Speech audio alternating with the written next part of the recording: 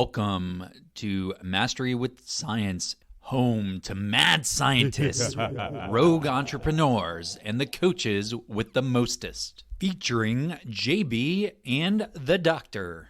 Join us in our lab where we mix the old recipes with new formulas and our secret sauce to create incomparable, next-level proven results for you. We call this Mastery with Science.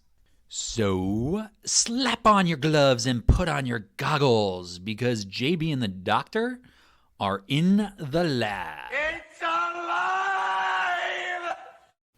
Hey, this is JB. And I'm the Doctor. Welcome to episode 5. Remember, you can always email us at podcast@jbandthedoctor.com. If you got any comments or anything you want to say, we'd love to hear from you. It would be exciting to hear from you. Can you hear the excitement in his voice? Super excited. You just got creepy on me, man. Hey, we got a fun topic today, don't we, Doc? What are we talking about inside the lab today, JB? Yeah, today we're going to talk a little bit about the all the things you can't capture on a podcast, the nonverbals, nonverbal communication. Right now, you can't see me, listeners, but I am giving you some nonverbal cues. I can see him. You don't want to know what he's doing. Hey, no, this is a real important subject and real important topic. Nonverbal communication is the bulk of all communication. I'll let the Doctor speak to that in a little bit more detail in a moment, but it really is a big part of it. And we're going to talk about nonverbal communication in 3 different settings. That's a pretty big number for us.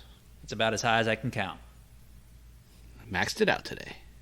What are the topics we're chatting about today, Doc? What settings are we looking at nonverbal communication in? So we figure we want to keep things on topic. For those who are listening in the present time, we are in the midst of a pandemic called COVID, which I'm sure everyone is well aware of now. But if we're listening in the future, you've probably erased that from your memory banks, like the rest of us will hopefully do.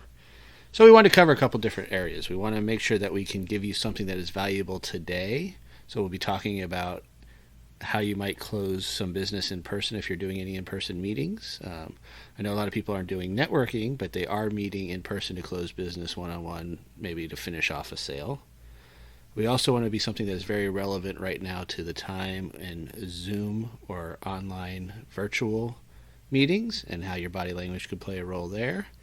And then we want to make sure we give you something that will be useful going forward into the future when we get back to networking events. So we'll talk about how our body language and nonverbals play a role at our networking events. All right, we have 3 really good topics, and there's no doubt about it. I mean, a lot of us might not be meeting in person, but for a lot of your big ticket items, for a lot of meetings, they still are happening in person with people. So that's a really good one to start with, and I like it because it's typically one-on-one or maybe just one-on-a-few with a few important decision makers. And so this is where body language and presentation really come into play and are really so important for somebody who's looking to close business. Right. I see people, specifically in the real estate market, that a lot of that is still doing one-on-one where they are having to do business in person. So that's one area that I know for sure, just talking to some real estate agents earlier today, that they're doing a lot of that. Yeah, and it makes sense, right? Not a lot of people are necessarily going to be willing to buy a house, their house that they live in or will live in without seeing it. I mean, come on, that'd be, for me, a little crazy. But, some people do. I was talking to a realtor the other day, and he was saying he closed business and the people never saw the house. They just trusted his opinion on it. And I was like, well, God bless you, man. I wouldn't trust anybody's opinion on a house that I didn't go see if I was buying it, personally. Yeah, especially seeing that all our opinions are unique to our own, right? You'd hope so, for most of us at least. But yeah, so let's talk about it. We know a big bulk of communication is nonverbal. I'm going to take a stretch and say it's north of 80%. But when you're in person with somebody, you've got to be really careful with your nonverbal communication. You got to be very intentional with it. And for a lot of us, we don't even realize what we're doing. Yeah, most people are unaware of what they're doing at any given moment. So it has nothing to do with natural. nonverbals. It's just people are unaware. The people are oblivious of themselves. Okay. If you've listened to some of our previous podcasts, which I hope you haven't, if you haven't, go back and listen to it because it will be very helpful. We have talked about how things are done kind of automation. Our behaviors are in place and we kind of do things just automatically. And nonverbals are very much like that. We don't have a great concept of what we're doing at any given moment unless we're actually focusing on it. Which is why, as we'll go into a little later with Zoom, you'll see that people forget that they're on a call because they're not. In person, you remember a little bit more because you can actually have that connection. But when you're in a Zoom meeting, you don't really have that connection as much, so people forget they're on there, and that's why you see some funny stuff in the background if you watch the other windows. Yeah, and so there's actually a really powerful tool and technique to use because it's hard to focus on nonverbal communication. I mean, you think about it, if you're having a conversation with somebody and you've got an agenda in your mind you've set of what you want to accomplish, you probably know, hopefully, what you want to say, and it's already hard enough to actively listen to what other people are doing and actively hear what they're saying, let alone focus on your body language at the same time. And this is why so many people are bad at sales, because as simple as sales are, there's a whole lot of moving pieces. So the number one tool I use when I'm with people one-on-one, Doc, it's something we call mirroring, which a lot of our listeners might know about this already, but I'd be curious how many people really actively look to engage mirroring when they're with somebody. And for those of you who aren't familiar, when I say mirroring, really what I mean is I'm going to watch what the other person's body language is doing. I'm going to see how they're moving and what they're doing. Are their arms crossed? Are they leaning forward? Do they lean backwards? Do they open up? And I'm going to do exactly what they do. And again, if you've listened to our previous conversations that we had on how to make that good impression, people like things that are familiar. So one of the reasons that mirroring works so well is they see something that they know that they're doing, or at least familiar doing, and then they see that and feel a little bit more comfortable with you. So that's one of the big values that you get from mirroring. Yeah, it's a really easy shortcut, I think, to getting better with your own body language is by mirroring the person across from you, because worst case scenario, you're just giving them positive feedback to what they're already familiar with. And you can't really go wrong with that. But some of you might be listening, you might be saying, well, I know basics about body language. I know that if I cross my arms, that means I'm closed off. So what if they're crossing their arms? Should I be crossing my arms too? Which maybe, if you don't know how else to respond, you should be. But a lot of you listening are probably wondering to yourselves, is there anything I can do to get them to uncross their arms? So the first thing I would say is, as you are doing the mirroring technique, there is probably that fine line between mimicking what they're doing. And Simon says. If anyone's seen some old skits that they do on TV quite a bit where they mirror someone and do the exact same thing to the T of, picking your nose the same time they pick their nose, you probably don't want to go that far. You probably want to draw a little bit of a line. Please, God, don't pick your nose in front of somebody. But I, believe it or not, have seen that at networking. Ooh, he's going to some fine networking people. Don't invite me, by the way. Don't ever networking go to. I don't want to go there. We learn just as much from watching what not to do as we do from what to do sometimes. Amen. Isn't that the truth? But there is that fine line, as JB was saying, about how far do you go with the mirroring? And if you don't feel comfortable doing some of the things that they're doing, you can do enough of them. We don't have to do the full 100%.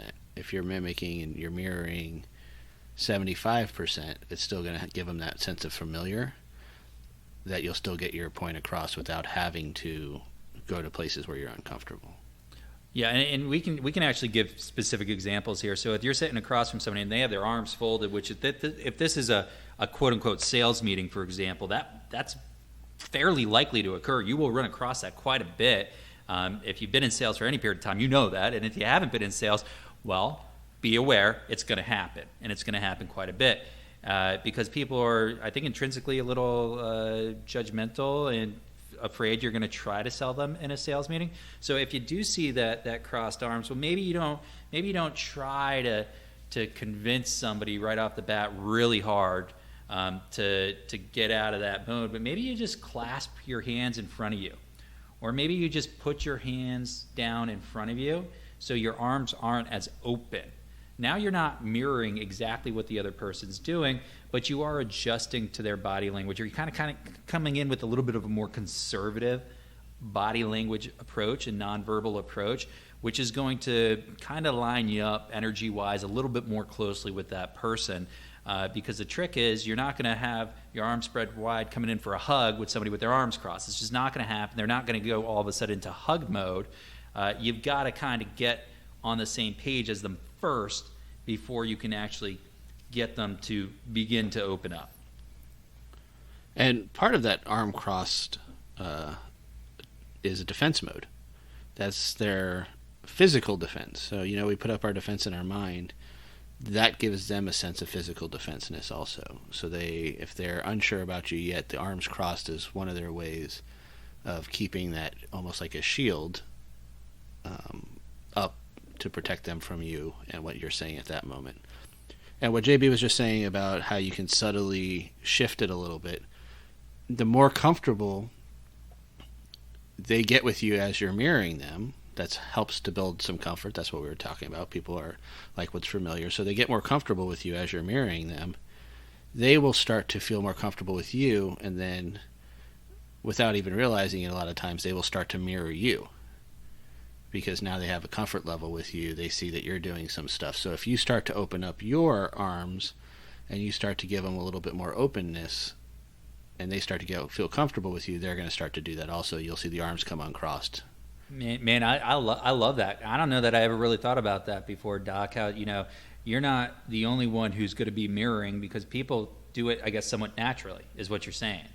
Yeah, it's instinctual when you feel comfortable with something that you want to mimic them. That's why we, if you ever, watched on Twitter, or TikTok now is really popular, right? Where people are doing all those same kind of dances, and it's usually from someone famous started it. They feel comfortable with that person, they like that person, so they all dance like that person. You can't see my nonverbal cues, but I'm dancing right now. JB is dancing away, and that's why we've been banned from TikTok.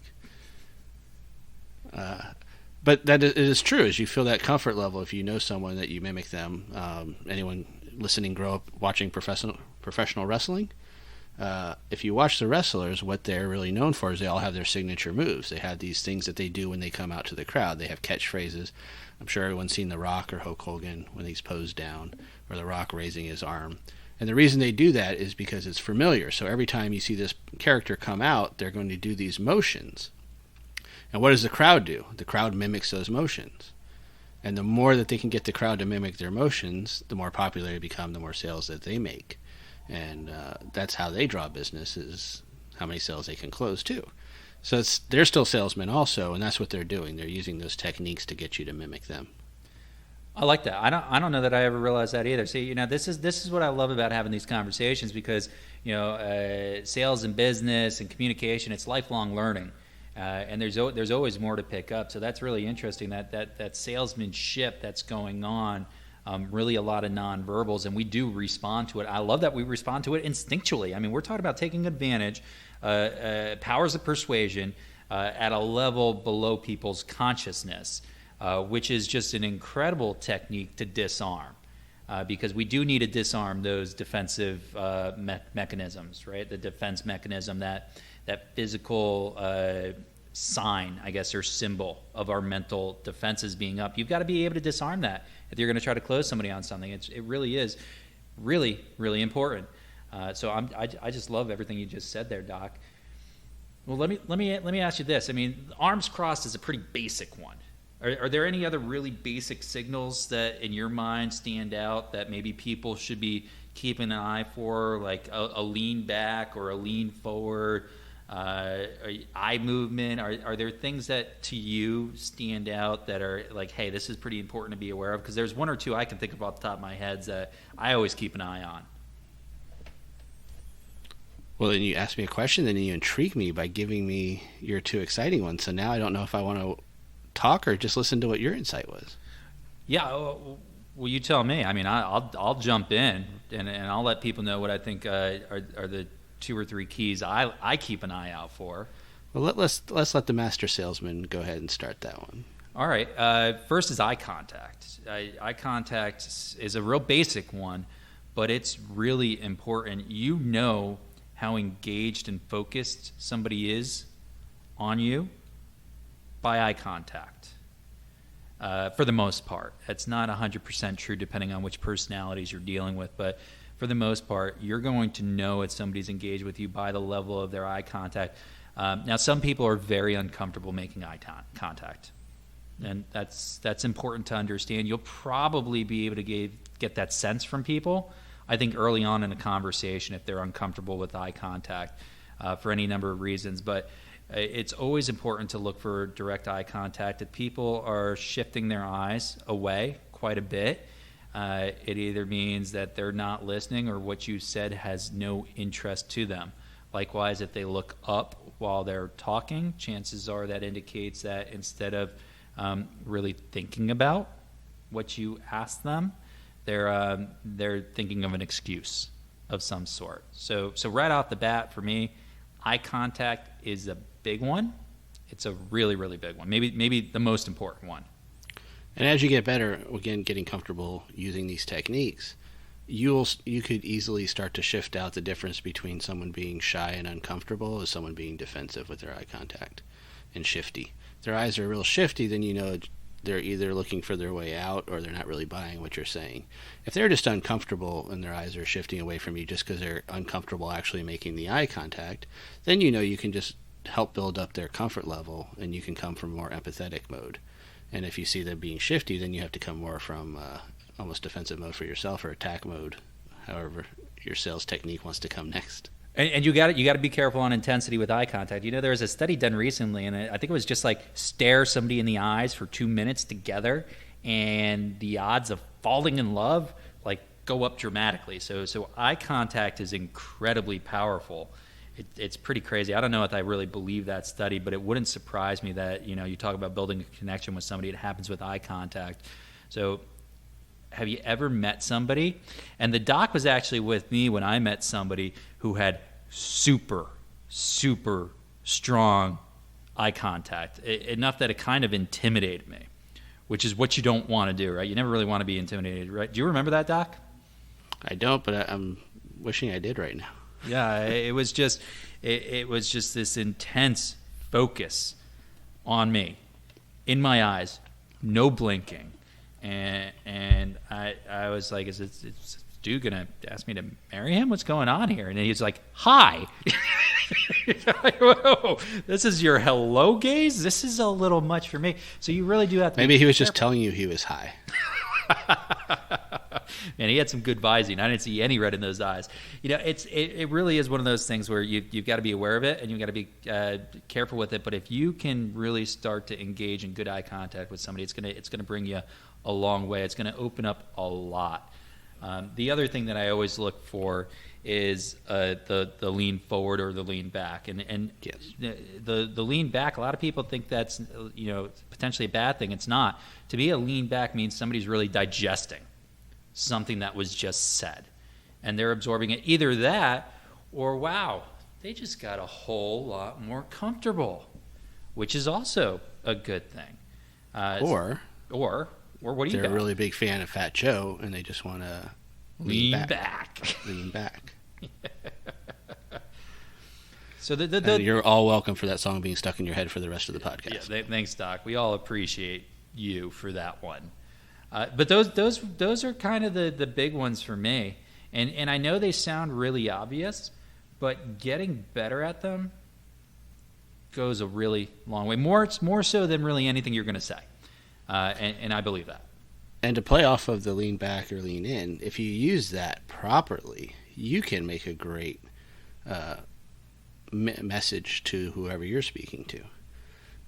If they're talking and you're able to lean back and kind of show a comfort level, it takes some of their defense away, that you're showing that you can relax around them. But then when you're talking, if you start from a lean back position and you're about to build up to something that's going to really want to connect, that's when you want to start to lean forward. And what you're saying at that next moment, as soon as you lean forward, they're going to really take as important. They're going to see that shift again, they're not doing this consciously. This is the subconscious part of their brain going to work. But that shift from body language, from comfort to leaning forward, is showing some intensity, and they're going to know whatever you say next is really important. Yeah. So use it correctly. Make it a point, and the lean forward while you make a point goes a long way. And there's a lot we could add to this conversation. There's even advanced techniques we could bring in. I mean, I love nothing better than being able to get around the side of a desk next to somebody, because you talk about trust and power by being able to do that. It can bring you to a whole new level. So getting somebody's permission to slide over next to them and into their physical space or close to it can be a really powerful thing if done correctly. But I want to be realistic here. We said we were going to be talking about 3 different venues that we're going to be doing, and here we are 15 plus minutes in, and we're still talking about the one-on-one meeting. So Doc, if it's good with you, why don't we jump over a little bit and talk about virtual networking on Zoom and all these other things, and body language there, because that to me is a really important thing right now. You read my mind, JB. I was just thinking it's time to shift to Zoom. Or is that now just the name we use to call everything that's online, right? Zoom. Part of why we spent 15 minutes on that first part, though, is because that is probably the most important for actual sales. That's how you're going to do most of what you're doing. So it does hold some importance. Now, shifting in our current climate to virtual networking, it's still very important that your body language is good. Now, you're going to be in different kinds of meetings virtually, right? There's going to still be the one-on-one. You're still going to do your one-on-one networking through a virtual platform. But you also be on group networking. And those can be just as important of how you relate your body language, because believe it or not, people are spending more time watching the other squares than they are watching the person talking. You know what I get kind of a kick out of is, on Zoom, and I don't know about these others, but on Zoom you can quote unquote pin a video. So you can actually you can make somebody your full screen even if they're not talking. And you talk about like an uncomfortable thing when you start to realize people can do that to you too, and you're like, oh boy, it really matters, because I might be the center of somebody's attention right now and have no idea. See, the thing is, in an in-person meeting, if you're the center of somebody's attention. You see them looking at you. With Zoom, it's now almost this anonymous thing where at any time somebody could be focused on you entirely. And so your how you carry yourself, how you look in front of a video camera, are really pretty important. And you just have to assume now, you really do, that at any time somebody's looking at you and nobody else. You are a star of your own reality show. The Truman Show, right? So, so basically what we're talking. Wasn't there 2 of them? Wasn't there the Truman Show and then another one came out at the same time?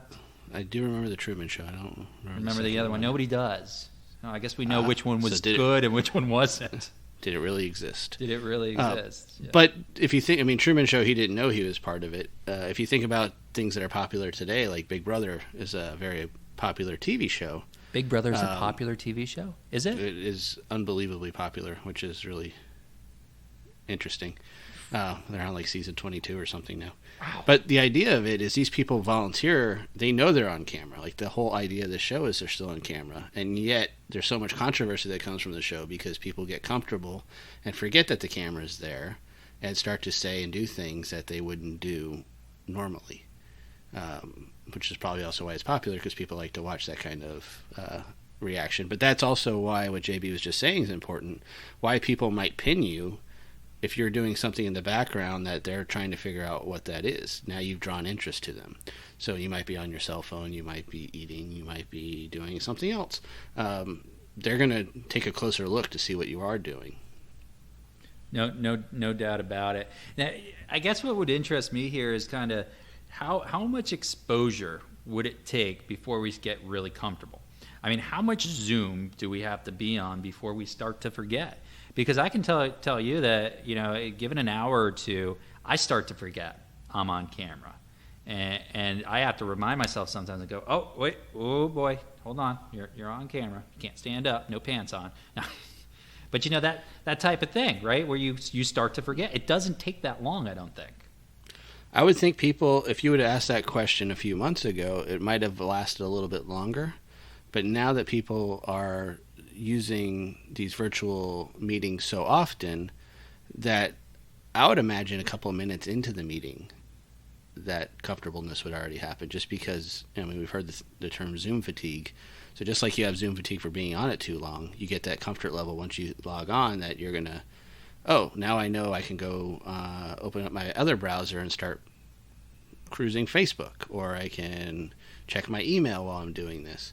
And you almost plan for that as part of what the meeting is. So just like that plan goes in your mind, you can actually easily forget very, very quickly into a meeting that you're there. Yeah, well, especially like a group meeting where there's multiple people. I think you're less likely to be jumping on a Facebook browser if you're having a one-on-one conversation with somebody. I would at least hope you're not, right? Yeah, hopefully. I guess for me, the challenge I have with the Zoom meetings, Doc, and you've all heard it say me before if you've heard me at all, I really don't like doing a lot of stuff on Zoom. I mean, part of me loves it because it's such a time saver, and I used to have to travel a lot for my business, and now I don't. But I really feel like you can't read body language well at all online. I think it's really lost. Nonverbal communication is really lost on camera. And part of that's because you only have a limited view of somebody in the first place. Typically in the camera frame, right? If you think about a Zoom frame, you might only be looking at somebody's shoulders and face. You might be missing hands. You might be missing, posture, how stiff somebody is. You can't get any of that necessarily on camera, and it makes it such a challenge. I can totally agree with that. As a therapist, a lot of my therapy has switched to online also, and the same challenges hold true. Especially if you're dealing with someone who might be anxious, you cannot see some of those nonverbal cues that give a good insight onto what the person's dealing with at that given moment online. So it definitely takes an adjustment and switch to it. You have to do a lot. But the flip side to that is you can, and we want to give you some tips. We don't all to be all the bad stuff about this. There could be some really good things that you can do if you're aware. Because the truth is we are having to do a lot more online virtual meetings. So knowing that the other person can only see your shoulders and your face, you have to be a lot more expressive with it. So smiles, the way you look at them, the way your tenseness in your shoulders, these things are going to play a big role now on how you relate. You've got to act a little bit. I mean, you're on camera. You have to act a little bit. And there's a reason it's called acting, because you have to exaggerate what you're going to do a little bit. So if you want somebody to be able to read you, you have to act a little bit. But it does, even, a lot of people you're going to deal with, they're not going to think about that. They're not going to act. You might be looking for body language and signals and not seeing them. And here's the thing. To Doc's point, this gives you an opportunity. The way I would describe it is it's almost like being blind. I mean, if we are saying, hey, 80% of communication, it's nonverbal, and you can't see it on camera, well, you're kind of blind. You're blind. And you've got to kind of think about, how would a blind person communicate? Well, I can promise you this. If I couldn't see somebody, but I needed to know what they were thinking or what they were feeling, guess what I'd be doing more of, Doc? Asking questions. Yes, 100%. I'd be asking more questions. And you know what the powerful thing about asking questions is? It's pretty obvious. You get answers. And that's the really neat thing to me. So if I can go ahead and I can get answers to questions, I don't necessarily need to rely on the body language as much. And so I can go ahead and do that. And that's one of the really important things to take away from this. Even though you might not be able to capture body language on camera and on the Zoom meetings, you can learn to ask more questions, and that will serve you really well. But as we are talking about nonverbals on this episode, I do want to bring to the fact that the things that we talked about in person still play a role online. So leaning back and leaning in still has that kind of effect. So if you lean into that camera when you're trying to make that point, it's still gonna trigger those same parts of the brain that it's triggering in person. So don't lose fact everything that we said in the very beginning in person. Now, obviously, you can't move around the desk and sit next to them the same way, but the other things that we did talk about do play a role. Sitting back, arms crossed, arms open. Let me slide you into my breakout room. And on that note, let's switch to the third idea that we want to talk about today. Oh, come on. So hopefully once we get past all of this, and when people want to slide into your breakout room, you can say, I'll see you at the networking event instead. What are we going to do when we get back in person? So if you listened again to the first few episodes of our podcast, we talked about how to make a first impression, how to hold people's attention. So we want to tell a little bit just like how that would relate to being in person at a networking event and what your body language could look like. What is one of the first things that you look for, JB, when you are presenting body language or looking to talk to somebody? Well, if I'm looking at other people's body language, I'm right off the bat, I'm looking for confidence. Are you comfortable being at a networking event? And you know what? If you're not, that's okay, because there's two types of people out there networking. They're the ones that are comfortable, and I would say that's not everybody. Although you can train yourself to be more comfortable, and practice does help a lot. You don't need to be comfortable. You don't need to have a ton of confidence when you're out there networking potentially, but I do like to identify, because I might want to go talk to somebody who's really confident out there networking, because I know that they're out there with a goal in mind, they're focused, and they're going to be able to help me. But just as nicely, if I see somebody who's not comfortable and who does look a little bit awkward, well, you know what? You're like you can be a life raft for a person like that. I mean, you're really throwing them, that circular life. What are those things called from the boats? We live in South Florida. I should know this. You were good there. The lifesaver? The lifesaver, yeah. Throw a lifesaver at somebody, and guess who is going to just be incredibly appreciative? Even if they don't say it, that person's just going to so welcome the fact that you went and approached them first, because they aren't confident or they aren't comfortable. They're awkward, and you're getting rid of that for them. And Doc, I say this all the time, right? Is it about us? It's always about them. It's about them. It's always about them. In sales, it's always about the other person. It's true in networking too. It's always about the other person. So think about if you can get rid of a pain point for somebody, and if somebody's uncomfortable or awkward at networking, trust me, they're dealing with a pain point. If you can get rid of it, they're going to be really, really appreciative of you. And what do appreciative people do? Reciprocate. Exactly. They will. So to me, Doc, that's a big thing, confidence. And again, I purposely went to hey, I don't necessarily just go up to the super confident person. I can go up to them at any time. Sometimes it's going to be to my best benefit to find somebody who's not as confident. Excellent point, JB.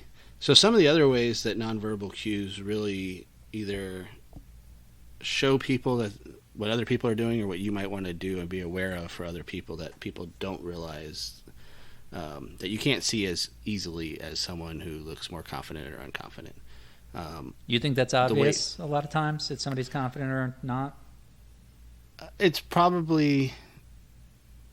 I think it's pretty obvious most of the time. I think so. Yeah. For the ones that, the most part, I think, yeah, it stands out. But some other areas that do stand out, if you pay attention to it, is body posture and openness, how people are standing. And this is something you might want to keep in mind, that if you want people to come up to you as opposed to not come up to you, maybe you are one of those people we were talking about that are a little bit shy, but you would like people to interact with you, the way you stand. Are you standing open? Are you inviting? If you're talking to another person one-on-one and you want people to not bother you and interrupt, how do you stand? If you want people to open and join that conversation, how do you stand? And that's very uniquely it plays a role. So if you're, go ahead, JB has a little thought coming. I have a little factoid. Did you know you can get a good feel for somebody's nationality just by how they stand? You know, Americans tend to most of the time lean with more weight on one of their legs versus Europeans who tend to put both their weight equally on both legs. So you can actually determine somebody's nationality potentially just by the way they're standing. Interesting little fact. Now, I want you guys to pay attention anytime you're out in public to see if you can start to recognize that. Dude, I'll tell you what. You want a parlor trick or a magic trick to make an impression. If you get a pretty high conviction before you meet somebody or talk to them that they're from Europe, for example, and you're in the U.S., and you could go right up to them and be like, "You're from Europe, aren't you?" And you're gonna just like, "Wow." You're going to impress some people. How did you know? How could you possibly have known that? It's a pretty neat trick. So, I was going to make a joke about the current state of our border patrol, but I will let that one pass. Yeah. Let that one slide. You're right though about stance. You know, just checking back onto stance. So, the idea with that is, if you were wondering where I was going with that, if you want to invite someone in, you have to open up your stance. Right, so if say you're talking to someone, but you would like a third person or someone else to be able to come over and join in, you have to open up your stance to be inviting. No hip thrusters, people. That's not what he means. You might want to practice those ahead of time so you have a very good stance afterwards, though. And if you want to keep that conversation, maybe you are doing some good business and you don't want to be interrupted because you're able to close some business while you're there, or at least get close to it, then you want to close off a little bit so people don't come. You want to seal off that space. And again, this is subconscious how people are going to react to it, but it's going to be very true. So keep that in mind also, though, if you're standing there by yourself and you are showing it closed off, if you have your back to the room, if your arms are crossed inside, those things will keep people away. If you don't want to be the one that has to make the first move, but you would like people to come up to you, to make sure you have an open stance. Yeah, it's all really good advice, and being aware of the people around you and how your body language is speaking to the people around you is just as important as reading the person in front of you when you're networking. These are valuable opportunities when you're out there. We have a limited amount of time in our lives and our days to network, and you really do want to make the most of it. So you've got to be aware of not just the person in front of you, but how people are going to be responding to your body language. So being hyper aware really is pretty important.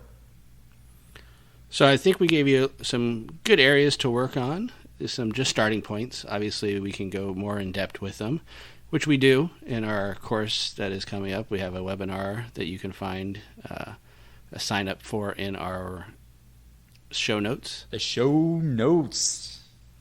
And that will lead into also a course that we're going to be offering that will go deeply into all these areas that we talked about today. This is just a little bit of a intro level. Yeah, we like to offer you good content, good tools, good tricks, good techniques to run with on a daily basis. We've got our free webinar coming up. You do want to check it out. Again, the information's in the show notes.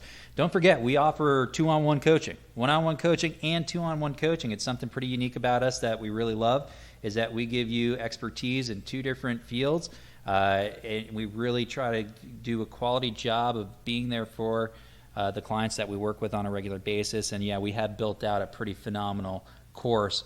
Details coming soon, but you're going to want to check this out. If you're in a place where your career, your business, you want it to grow, and you want to do it fast, and you want to do it the right way, we have a sales and mindset focused course coming up we're really proud of, and we're excited to present to you shortly. Ready to level up, baby. Yes, sir. Yes, sir. So thanks for joining us today. Thanks for coming to us in the lab here. I'm JB. I'm the doctor. And we'll sell you later. Peace out, yo.